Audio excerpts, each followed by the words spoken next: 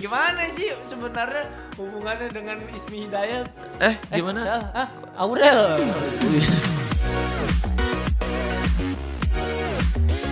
Halo kawan-kawan, akhirnya tayang juga nih hasil proses godokan gua dengan Smart Friend Podcast. Yoi, menghasilkan Ngabuburit. Apa sih Ngabuburit? Ngabuburit itu sebuah podcast yang menemani kalian menanti buka puasa biar kegiatannya tuh positif ya, walaupun gue yakin gak terlalu banyak juga hal positif dari mulut gua, tapi ya lumayan lah buat nunggu-nunggu buka ya. Dan bintang tamu hari ini sangat luar biasa, seorang YouTuber, seorang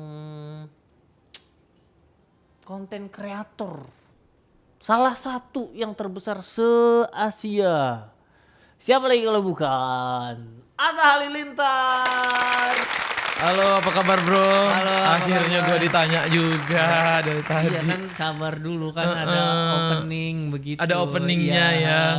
Jangan tahu-tahu masuk bang. Tapi saya merasa terhormat banget bisa datang ke sini. Wah, kami juga sangat-sangat terhormat mencari jadwal Atta Halilintar yang sangat-sangat sibuk. Ini bisa aja enggak habis juga. ini mau ngontrol pembangunan di Kalimantan kan ya? Itu kata siapa tuh? Berita dari mana? Ngapain? Bangun apa? Enggak ada. Enggak ada. Enggak, biar kelihatan keren di video aja. Oh, enggak. Ya udah iya deh. Kan parah banget emang. Ngontrolnya emang kegiatannya sibuk banget. Bang Atta Halilintar ngeri banget. Kayak milih-milih bandana ya kan. Terus juga mau rambut apa, warna apa. Selanjutnya itu kan itu sulit banget. Sangat sulit sekali. Bener. Tapi akhirnya kita bisa mendatangkan luar biasa, senang banget gue. Respect banget. Enggak lah, gue yang seneng bisa ketemu bintang Emon nih yang lagi viral-viralnya dengan kelucuannya. Dan jangan digituin bang. Ntar nih kalau podcast nggak lucu kan beban juga guanya. Oh iya, biasa aja. Tapi biasa lucu banget bro. Aduh, Allahu Akbar lu. Bener-bener lucu. Lu biasa sekali ngomong lucu tuh. Allahu Akbar. Kalau di Instagram tuh ya lucunya tuh sampai orang tuh bernonton berkali-kali bro. Pasti ini lucu banget. Makanya gue langsung datang di episode pertama karena ini lucu sekali. Allahu Akbar. Lu nambah enak banget lu ngomong begitu doang kan, jadinya gue yang beban ini. Kalau nggak lucu dicopot. Stand up paling lucu sekarang. Ih, lihat aja lu, rambut lu gue semir hitam, lu lihat aja lu. Kayak bikin gue beban aja. Ini jarang-jarang nih kesempatan ada manusia normal bisa ngobrol dengan manusia yang 20 juta subscriber. Waduh, enggak juga. Gila, kayak lu nih anak sulung dari 11 bersaudara bang. Iya, 11 bersaudara. Emang rajin sih orang tua saya. Rajin, betul ya. Tanpa mendidik anak, membuat anak untuk jadi anak-anak yang baik. Betul. Kebetulan perpaduan antara ayah dan ibunya Bang Atta ya produktivitasnya tinggi gitu ya, menghasilkan sangat produktif. kerjasama yang baik lah begitu. Mencetak anak-anak yang harus bisa mandiri gitu. Respect banget. 11 bersaudara bang. 11 bersaudara. Abang Atta ini umurnya berapa sih bang? Saya sekarang 25 dengan 11 adik. Pokoknya perbedaannya 1,5 tahun. 1,5 tahun. Tiap jadi habis ngelahirin, oke kita istirahat dulu bentar, lanjut lagi. Kenapa saya bisa bilang begitu bang? Karena bang, keluarga saya juga banyak bang. Oh banyak juga? Berapa keluarga? 9 bersaudara. Wah kena, pokoknya kena. Nadanya lucu, kena. Bener. 9. Lu anak keberapa? Pertama. Anak keempat. Oh, lu di Tapi cowok tengah-tengah. pertama. Oh, sama kita cowok pertama. Tapi kalau keempat tuh di tengah-tengah ya. Kalau tapi nggak enaknya Bang Atta kan apa ya? Berasal dari keluarga sukses bang. 11 anak tuh enak. Banyak ya Allah bang, keluarga gua bang. 9 anak. Bagaimana itu mandi ngantri bang? Kayak kos-kosan. Aduh. Tapi saya ngerasain sih itu, karena dulu tuh sebelum sukses ya, itu dulu kita sempet naik angkot tuh. Hah? Waktu lagi ngetokin angkot, karena kita segerombolan nggak mau angkot, nggak mau berhenti. Jadi kita dulu mau naik kendaraan umum nih, angkotnya tuh nggak mau berhenti. Kadang ngeliat terlalu banyak. Terlalu banyak. Itulah isi. Gua kalau jalan keluarga dikira ini bang rombongan manasik. Kayak yang guru yang ngajarin anak-anak kecil gitu karena banyak banget anaknya. Kalau di saya tuh di depan rumah sangkain orang sempat sangkan tangga tuh santren. Kita kan dulu pindah-pindah tuh. Ini bang santrinya dipindah-pindah mulu. Tapi itulah apa ya, anak banyak tuh ada hiburan, ada cerita biasanya. Kalau jadi bahan stand up tuh bagus sebenarnya. Parah sih bang. Parah. Stand up gue banyak yang berasal dari situ. Lu 11 pasti sering berantem dong. Ya kalau depan kamera sih dijarang-jarangin ya. Jarang-jarangin ya. Kalau depan kamera. Tapi kalau asli maksudnya kan namanya banyak orang dalam satu wadah, pasti konfliknya juga berbeda. Iya, tapi kalau kita jarang berantem, kita lebih seringnya tawuran ya. Kan gak banyak bang. Kalau berantem kan satu-satu. Ini kan banyak. Tawuran yang bawa gear gitu ya. Astagfirullah. Jadi ya cukup Bagus banyak. Bener emang lu ya jawabannya ya. Makanya waktu sebenarnya kan keluarga Gen Halilintar itu sukses, alhamdulillah sedikit bisa dibilang berhasil. Kita nggak pernah bilang sukses sih. Berhasil itu mungkin yang diceritakan orang sukses itu kan di awal tahun-tahun 2015. Oh di situ. Iya 2015. Sebelum itu kan lagi namanya zaman-zaman kita berusaha. Jadi banyak banget tuh cerita-cerita. Ada yang akhirnya dipinjemin mobil, tapi mobil itu ya misalnya kursinya 4, tapi dimasukinnya 11 kan. Jadi satu orang mangku 2 orang. Ntar bang, berarti ada momen-momen Atta Halilintar dan keluarga nggak sewau sekarang. Wah, ada banget itu. Jadi kan aku pernah sampai aku nulis buku, pernah nulis juga Draw My Life atau apa. Jadi keluarga aku tuh lika-likunya keren. Jadi waktu aku lahir susah. Lahirnya itu di Depok. Di Dumai, cuman besarnya di Depok. Dumai itu Riau ya? Dumai itu Riau, di Dumai, di rumah nenek. Dan itu naik bus ke Jakarta karena harus di Depok itu dulu orang tua dua-duanya kuliahnya di Depok. Dua-duanya orang pinter, beasiswa masuk UI. Wah, respect. Cuman orang papa itu dari orang susah, mama itu orang ada. Dan satu perusahaan. Jadi kayak misalnya orang tuanya bapak di direktur, orang tuanya orang tua mama direktur, orang tuanya papa itu ya nggak setinggi ini gitu. Waduh. Nah, cinta mereka ini keren gitu loh. Jadi waktu dia ngelamar ditolak sama bapaknya mama saya. Wajar lah karena wajar kan perempuan gitu karena kan. Harus S1 dulu, harus S2 dulu baru boleh nikah.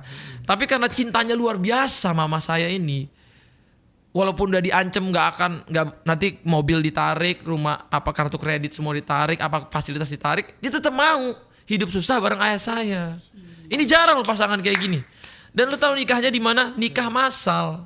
Jadi ayah sama ibu saya itu berarti nggak dibantuin sama bapak dari ibu. Enggak, jadi karena nikah massal, akhirnya waktu mereka nikah massal, masih ingat lagi ceritanya, mas kawinnya itu adalah Qul Huwallahu Ahad 3 kali. Dan sampai malam pertamanya aja nggak tahu di mana, karena nggak ada duit buat nyewa hotel pun nggak ada gitu loh. Jadi memang nikah massal pas duit 10.000 kata ayah saya tuh. Jadi nikahnya tuh di Masjid Pondok Indah.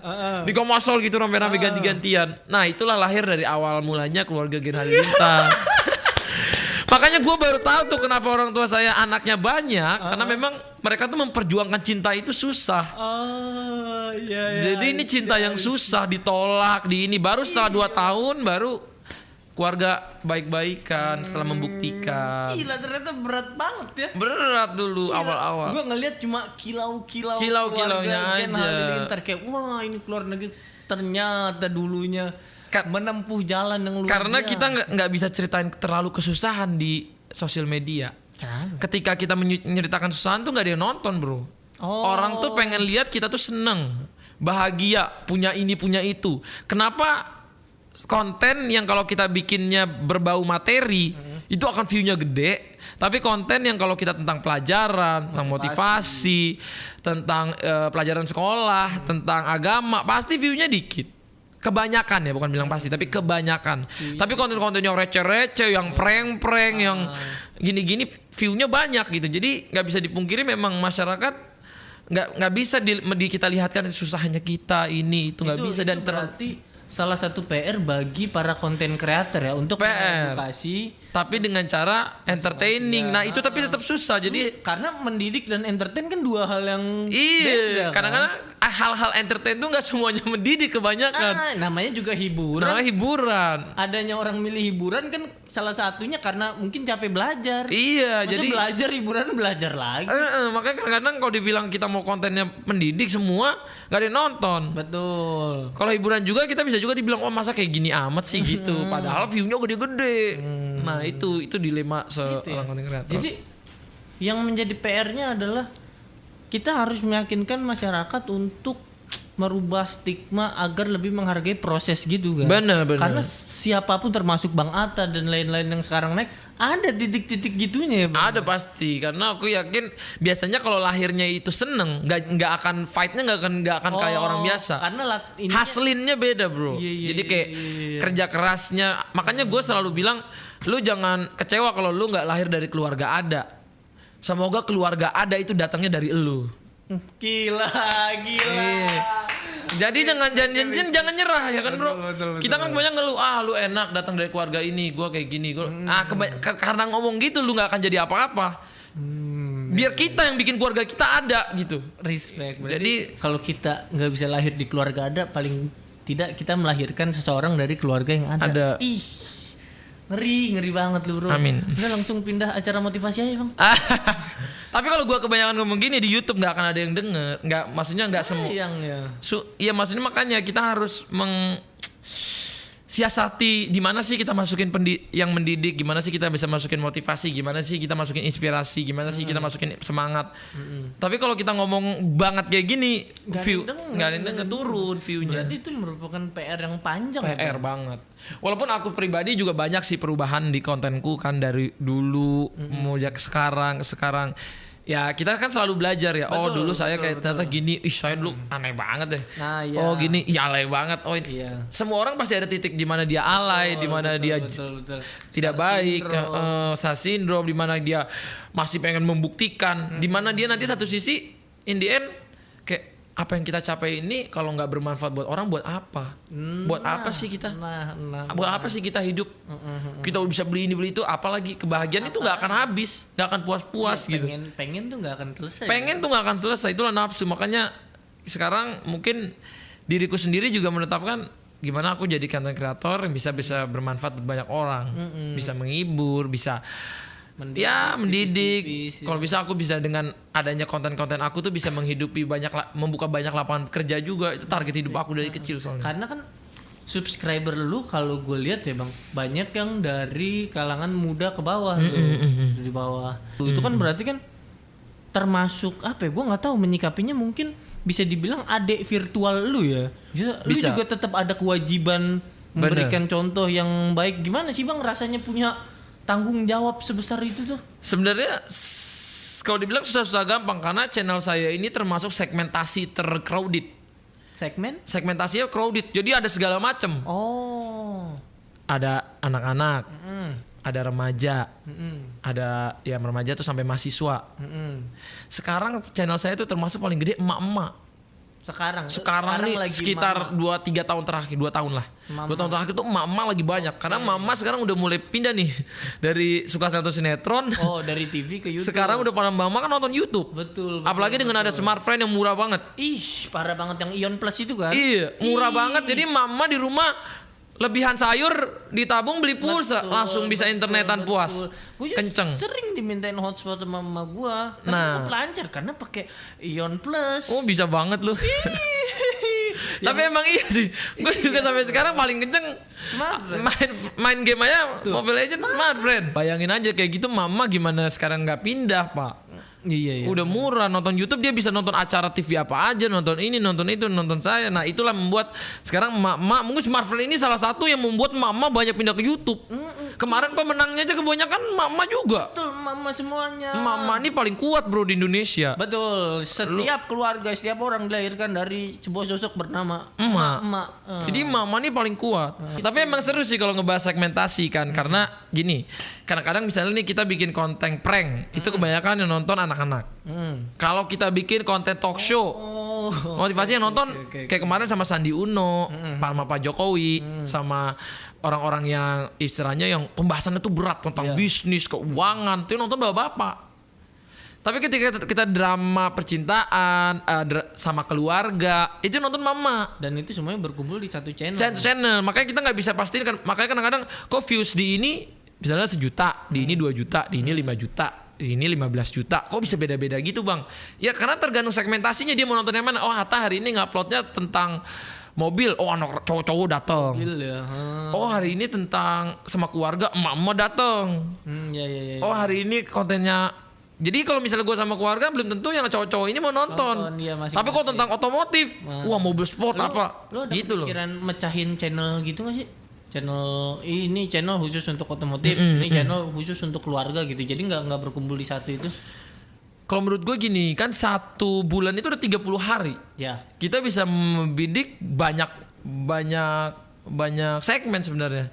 Kalau misal 1 bulan ini kita mau fokus di 7 segmen, kan seminggu itu 7 hari. Ya. Berarti akan berulang 4 kali kan? Oke. Bisa 4 kali mobil, 4 kali keluarga, 4 kali konten sama drama cinta atau percintaan, 4 hari tentang masak, 4 hari ya gitu. Jadi kita bisa sebenarnya kalau aku tuh nggak suka dibagi-bagi channelnya. Tanpa perlu dibagi. Tanpa perlu kita bisa dibagi, konten. ngebagi harinya aja kita bagi dengan di konten yang sama. Berarti selama ini seperti itu. Selama ini seperti itu. Dan lancar-lancar aja. Dan lancar-lancar aja alhamdulillah. Oke. Gue takutnya dengan crowded yang numpuk itu berarti kan jadi beda pembahasan kan. Takutnya ketika ada konten ini satu buat anak muda sih aman. Biasa kan bercanda-bercanda gitu aman. Takutnya nanti ada orang-orang bener.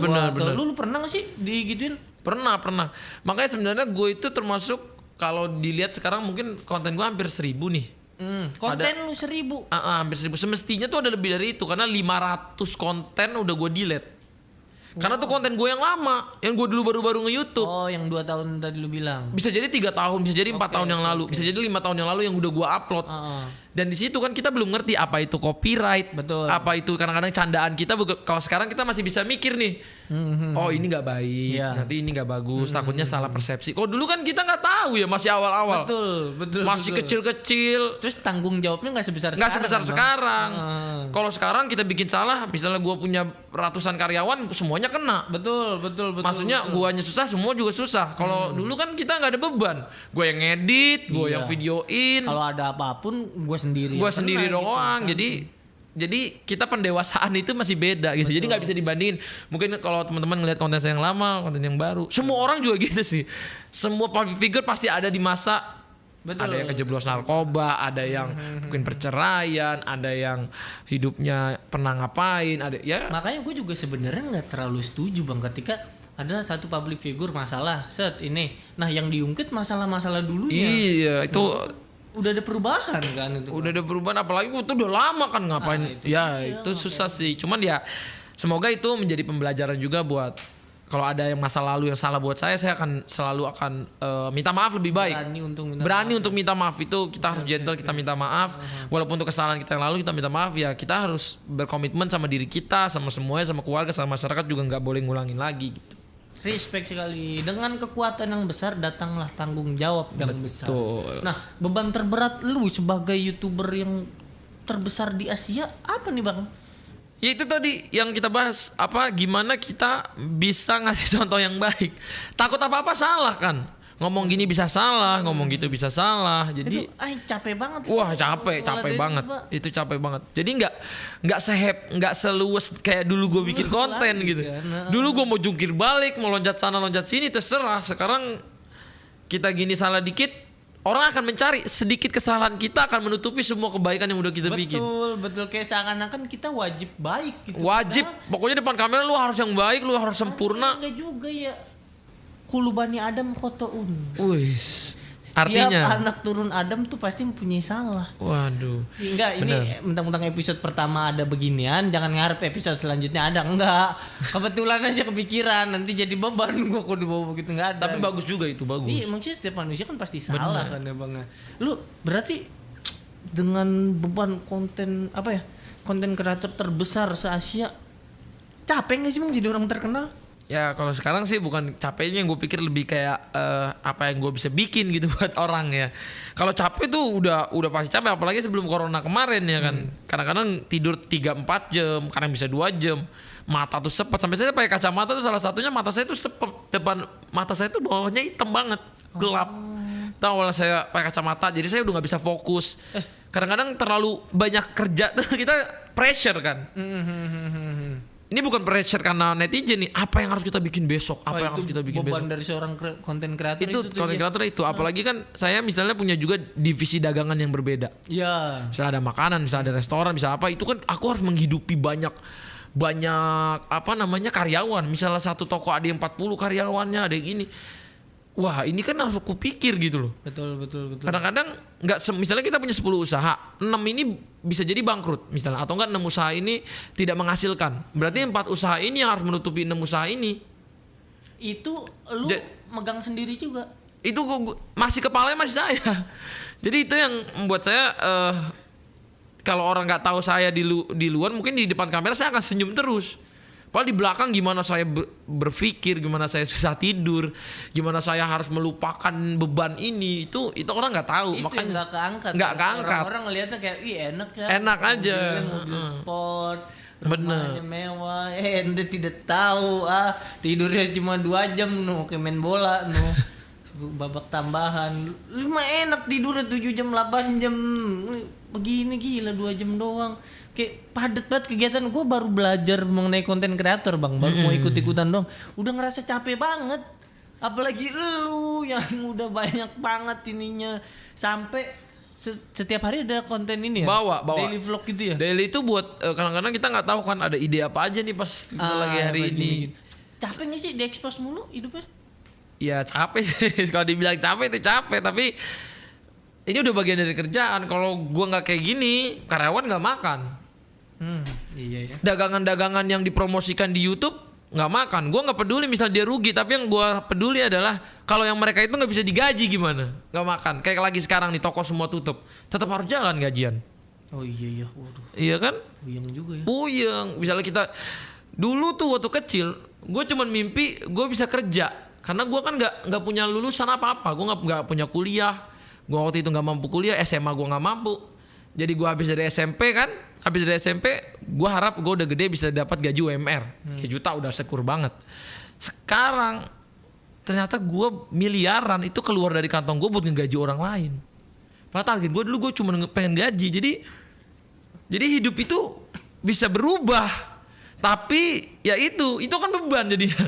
Betul. Itu beban loh. Kita ngegaji orang, ketika kita nggak bisa gaji dia punya istri, punya anak, itu makan loh kepikiran, ngegrogot loh. Iya. Dia ada yang ngasih nafkah ibunya, Itulah itu ngegrogot. Orang-orang suka bilang, enaknya orang kaya. Waduh bos. Wah. Waduh bos ini lihat nih abang-abang ini nih. Lihat tuh rambutnya sampai kuning. Itu di chat Pak, beda. Saya kebawa emosi, sorry Pak. Oke. Pusing yang dipikirin tuh Pusing, bener. banyak begitu. Tapi harus disyukuri bro. Betul. Harus syukuri. Titiknya di mana sih bang dari lu pertama kali? Oh gua udah nih konten kreator nih. Sebenarnya gue awalnya tuh dagang, dari terminal ke terminal, bikin coba dagang kaki lima, bikin segala macam, sampai gue pernah dibuka misalnya setiap Jumatan gue jual baju muslim, tasbih, peci gitu-gitu. Itu seru buat gue gitu. Cuman titiknya waktu gue bilang gini, kok dagangan apa aja yang gue bikin kadang kalau kaki lima gitu digeser, diusir orang. Gue pernah bikin burger udah pakai tabungan gue udah bikin tempatnya segala macam, ada orang ngebangun mall, gue harus digeser, ditutup jalannya. Di situ gue nemuin, ada toko namanya yang nggak digeser-geser, dan itu kita bisa gratis bikinnya, toko online. Akhirnya gue bikin lah segala macam online, forum, blog. Dulu belum ada blogger belum vlogger, bikin blog gue. Nulis. Jadi misalnya gue jualan handphone, gue akan mereview handphone itu, gue tulis. Sorry bang, itu posisinya lu udah SMA? Udah SMA. Udah SMA. Jadi tapi gue nggak sekolah, jadi homeschooling. Oke. Jadi di situ gue mikir, jadi gue bikin lah blog, gue sampai punya 14 blog. Jadi kalau misalnya teman-teman bilang kok Atta bisa bikin konten banyak, karena dari dulu gue bikin blog. Kelatihnya dari Kelatih gue bikin konten handphone. Gue mau jualan mobil nih, gimana caranya nih? Misalnya anggaplah brandnya ini. Apa ya yang nggak masuk brandnya, anggaplah brandnya kelas. Bintang lah, nama mobilnya ini Bintang nih. Gimana gue jual, gue nge-review, Bintang ini orangnya lucu, ini gue ceritain lah tentang mobil ini. Jadi setiap ada orang minat mobil ini dicarikan di Google, keluarlah blog itu.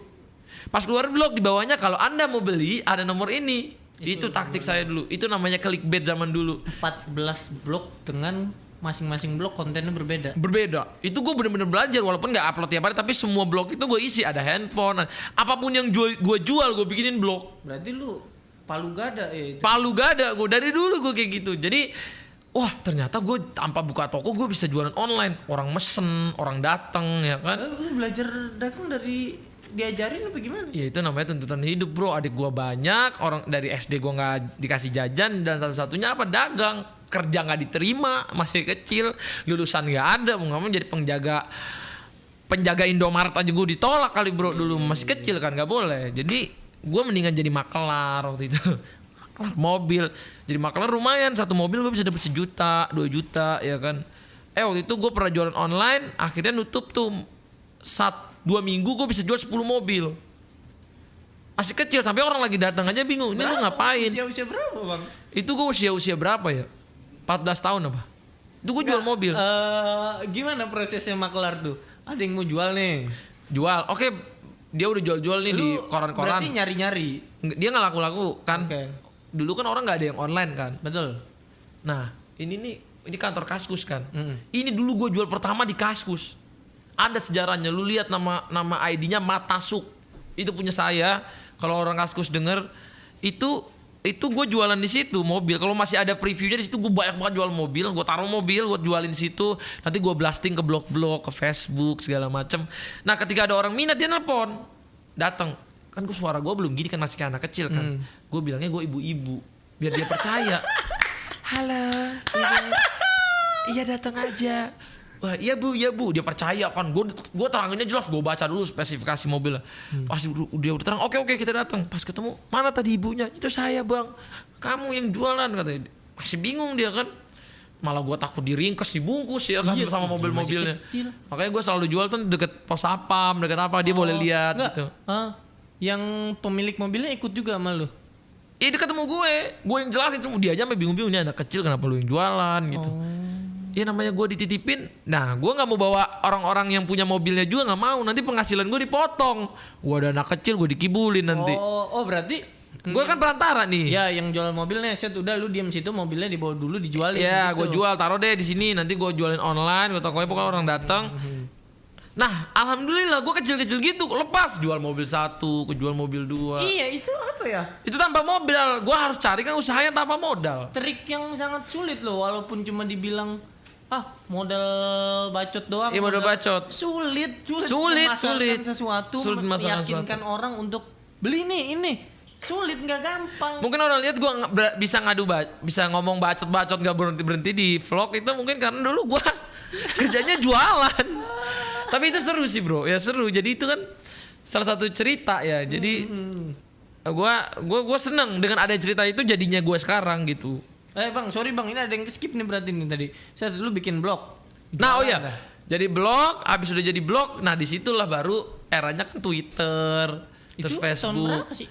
Tahun-tahun yang zaman-zaman Facebook 10. Tuh tulisannya aku sayang dia selalu. 2010-an berarti. Yang huruf A jadi 4, betul. Huruf S jadi 5, yang ngeselin. Ini PT Mencari Cinta Sejati. Yang rambut-rambutnya masih ke depan gitu itu dia kan. tuh, tahu. Nah, itu zaman-zaman itu tuh. Gue jualan tuh di semua. Jadi gue memanfaatkan sosmed itu buat gue jualan. Berarti awalnya lu dari jualan. Akhirnya gue lihat YouTube. Nah, di situ gue bilang, wah ini nih kayaknya nih sosial media masa depan nih. Tapi dulu gue niatnya buat jualan. Gue bikin lah dulu ngedit video bola itu 7 tahun lalu. Karena dulu suka bola. Nama ID-nya Matasuk juga, lu bisa lihat. Tuh udah 7 tahun lalu. Di YouTube. Masih ada gak channel? Masih ada. Matasuk masih ada kayaknya nih ya. Tapi lu gak pernah ceritain ini? Ini gak pernah, ini jarang banget gue cerita kayak gini. Nih Matasuk. Subscriber 1000 7 tahun lalu tuh. Ini gue yang edit, Falcao, Rocardinho.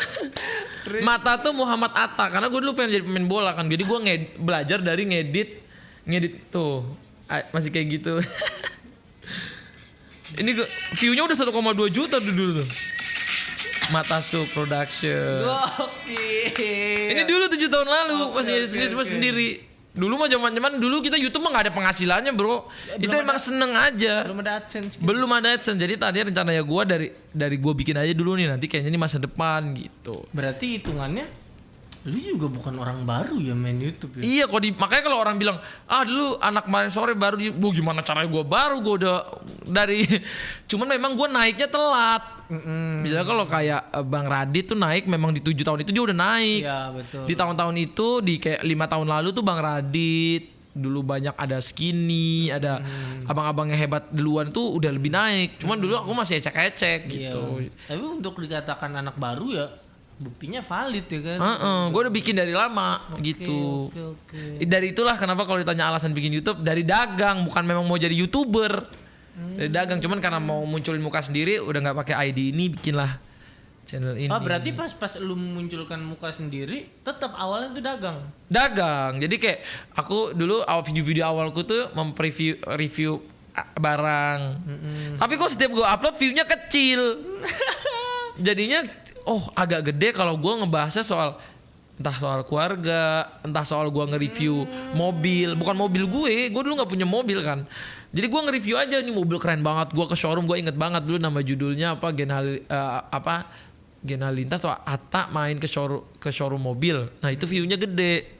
Atta ngebotakin Ade gitu ngebotakin Ade, dia marah kayak gitu. Jadi belajar ini ya. pasar Iya ternyata gede ya konten-konten gini gitu. Baru disisipin dagangan di situ, baru laku.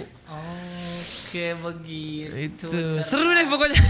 Menarik juga. Jadi buat yang apa ya? Gue ngobrol sama lu berapa menit udah tahu banyak ceritanya. Jadi perkataan-perkataan miring yang selama ini gue baca ya beberapa, wah ternyata nggak sebegitunya gitu. Ada sisi-sisi lain yang, wow ternyata seperti ini. Ada harus ditempuh ini itu luar biasa sekali. Sampai akhirnya sekarang mau bikin film sendiri. Alhamdulillah, bukan mau udah bikin. Udah jalan. Tapi di tengah jalan ya karena ini ujian dari Tuhan virus ini. Betul. Dan waktu gue berhenti di film itu, semua krunya juga marah sama gue. Karena? Maksudnya bukan marah sih, maksudnya gak setuju. Ada juga, bang ini kan masih gini. Cuman ya memang waktu itu gue bilang sebagai gue direkturnya, sebagai gue saudaranya, gue harus memutuskan ini. Karena gue gak mau nanti kalau ada antara satu kru kita yang kena, gue bilang, terus dia sakit, gak ada rasa lagi bangganya gue sama film ini. Misalnya ada dari salah satu yang kena fisiknya, entah dia meninggal sesak napas, nggak ada lagi bangganya gue sama film ini. Kalau udah mengorbankan korban jiwa, gue lebih sayang sama ada korban jiwa daripada gue menyelesaikan ini gitu. Jangan ada mewujudkan ambisi pribadi. Jadi nggak mau. Walaupun mereka bilang iya karena ini kan kerja segala, iya tapi ya nggak bisa. Tapi memang alhamdulillah habis itu 2 hari habis itu ternyata kan di mana-mana syuting semua di blokade. Berarti lu berhenti sebelum? Sebelum itu baru 2 sampai 5 hari habis itu semua tempat syuting berhenti kena semua. geledah. Karena ada edaran. Malah gue termasuk yang berhenti pertama. Dulu gue lihat film lain masih pada jalan nih. Lu udah jalan berapa persen itu? Gue alhamdulillah sih udah kelar 50%. Alhamdulillah. Cuman itu gue bilang kita ada ngebangun kayak kampung. Itu lapangan digabung bangun jadi kampung. Itu bakal kita hancurin dan itu udah jadi kampungnya. Dan sekarang dihancurin lagi jadi tanah. Dan itu udah ngabisin budgetnya luar biasa banget. Yang sekarang dihancurin bukan untuk kepentingan film. Bukan untuk kepentingan film. Dihancurin beneran. Karena memang itu kita sewanya udah habis. Ya Allah, dan itu banyak kayak gitu. Kita ada pabrik yang harus kita ledakin kayak gitu-gitu. Pabrik yang harus kita ledakin. Jadi pabriknya kan gak mungkin pabrik beneran kan kita ledakin. Kita bangun. Gila. Sekarang harus dihancurin juga. Wah Allah ini sedih banget. Itulah ujian ya. Kita nggak bisa nganggap hidup itu mulus-mulus aja. Betul. Itulah film Asyap Men. Tapi nanti ini bakal. Ini tentang apa sih bang? Itu filmnya tentang kita nih anak Indonesia, anak kampung. Saya di kampung tinggalnya. Tapi kita punya kemauan besar. Tapi dengan adanya YouTube, kita pengen tadinya kita bisa jadi pahlawan tuh bukan hanya pahlawan misalnya nonjok orang berantem, bukan gitu. Pahlawan tuh yang bisa buang sampah, yang bisa jadi apapun yang bermanfaat. Tapi ini benar-benar komedi banget. Banyak juga mungkin dari stand up yang ikut bantu di sana. Kemarin ada Bang Gilbas juga, ada Yuda Keling. Respect. Kemarin juga didatengin tempat syuting sama Bang Ernest. Bang Ernest juga datang, dia suka juga sama lokasi kita. Respect. Dan kita tontonin juga, aku liatin beberapa scene-nya dan dia Ketawa. Mantep bener. Tadinya Bang Ernest juga mau jadi salah satu cameo-nya juga karena aku suka kan dengan karya-karya beliau yang Dia filmnya luar biasa.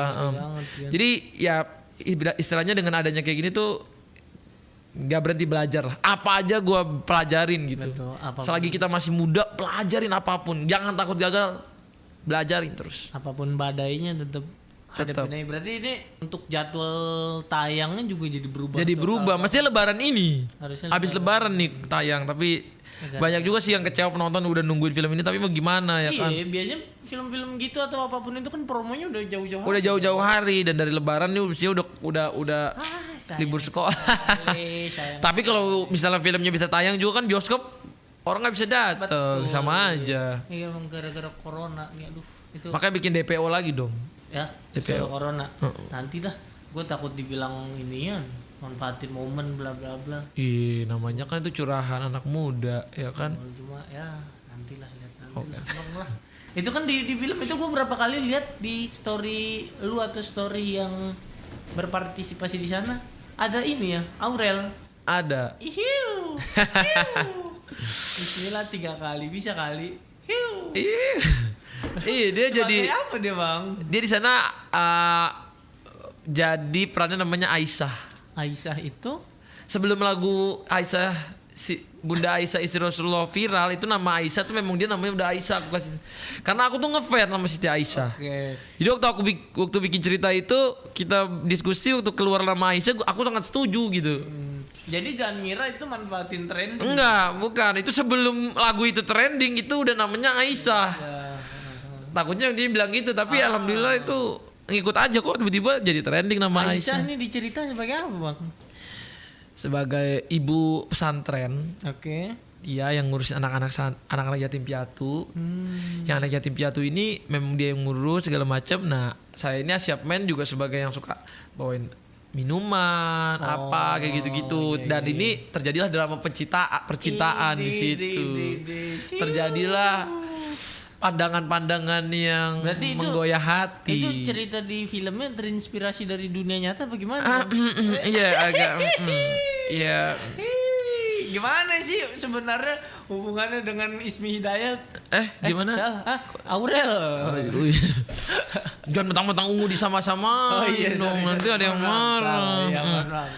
Iya tapi ya kalau hubungannya ya doain semoga ke jalur yang lebih mantap lagi. Oh berarti memang udah ada rencana arah ke sana gitu. Iya soalnya kan memang ya namanya keluarga saya tuh nggak menganut budaya pacaran gitu enggak. Jadi kalau ada yang cocok ya kalau bisa diseriusin. Lah, emang lu ada ini sendiri nggak sih? Ada patokan tersendiri? Oh gue nikahnya di usia sekian.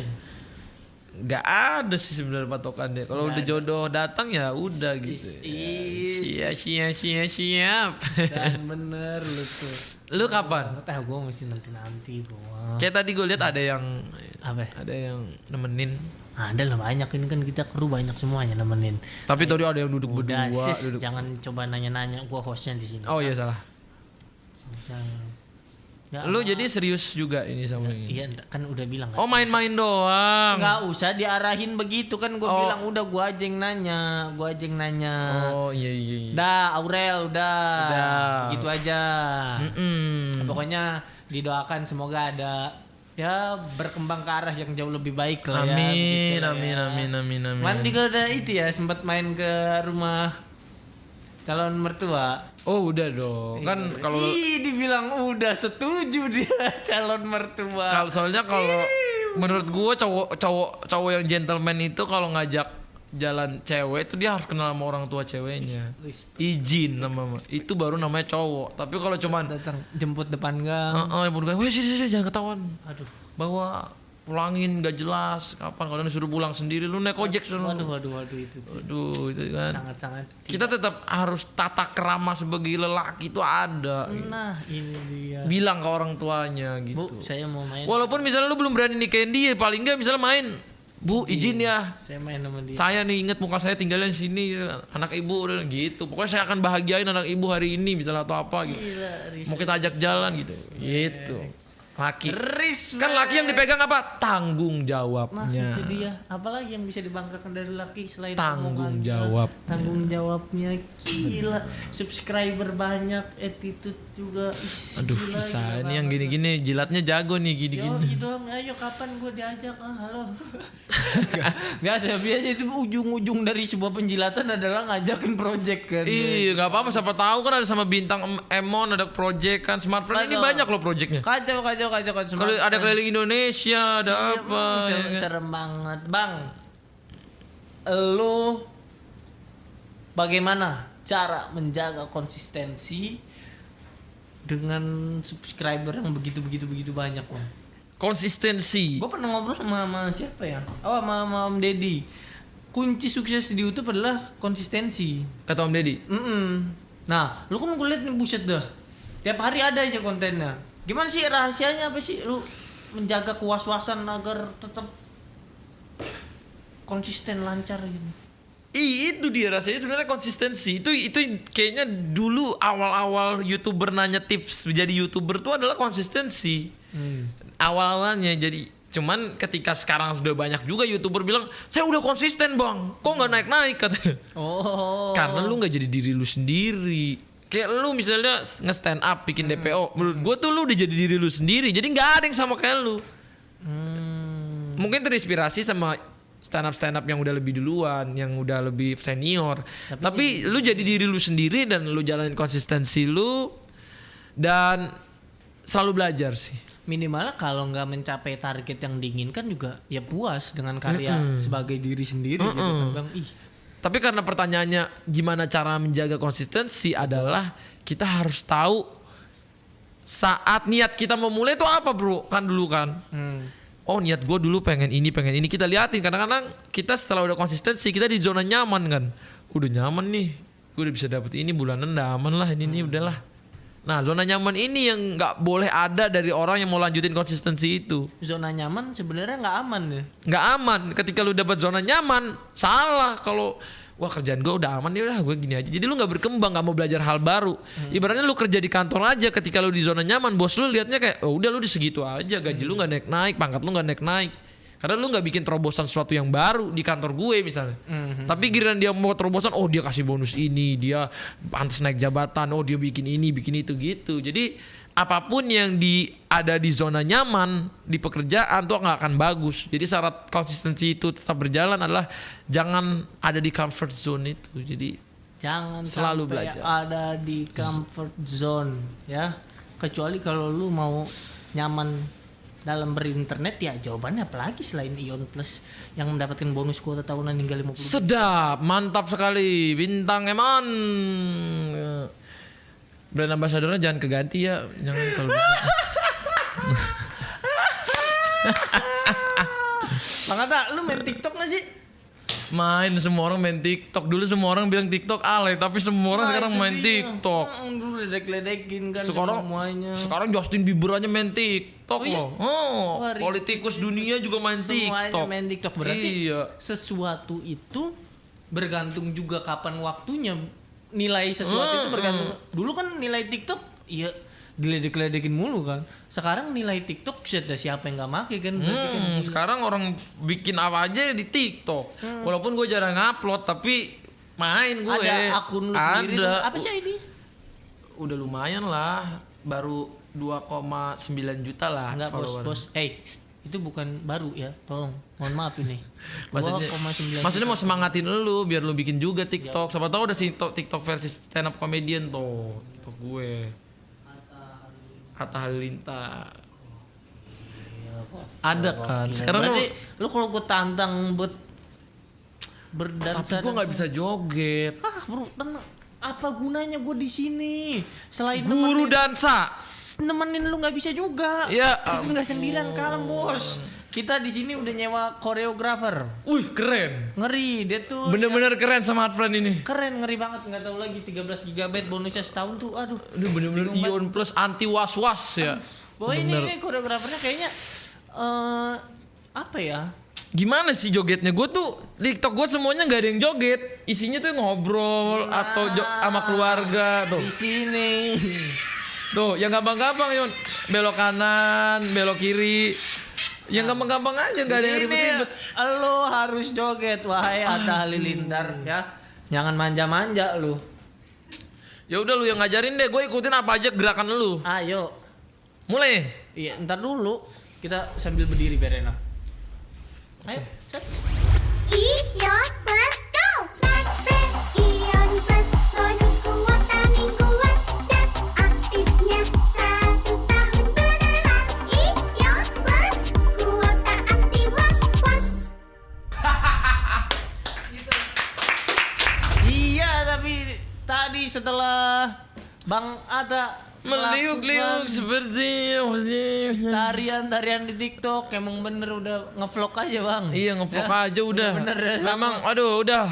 Orang Jangan suruh saya dance, jangan. ada bidangnya masing-masing. Ada bidangnya, nggak bisa semua juga gitu ya. Betul. Takut nanti gue jadi dancer kan, Nah. takutnya dapat lagi yang dancer. kan maksudnya. Sendinya nggak bisa diajak kerja sama. nggak bisa gua. Kaget tadi pas gerak. Kaget. Ini gerak-gerak nih. Kaget sebagai sendi kaget ya.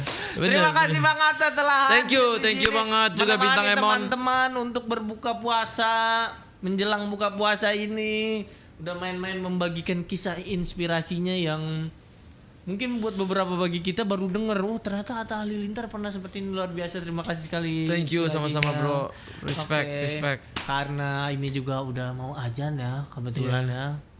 Saya Wah, kasih- udah siap nih sayur udah, asemnya. Jangan dibuka dulu. Oh, jangan. Asam beneran itu ya.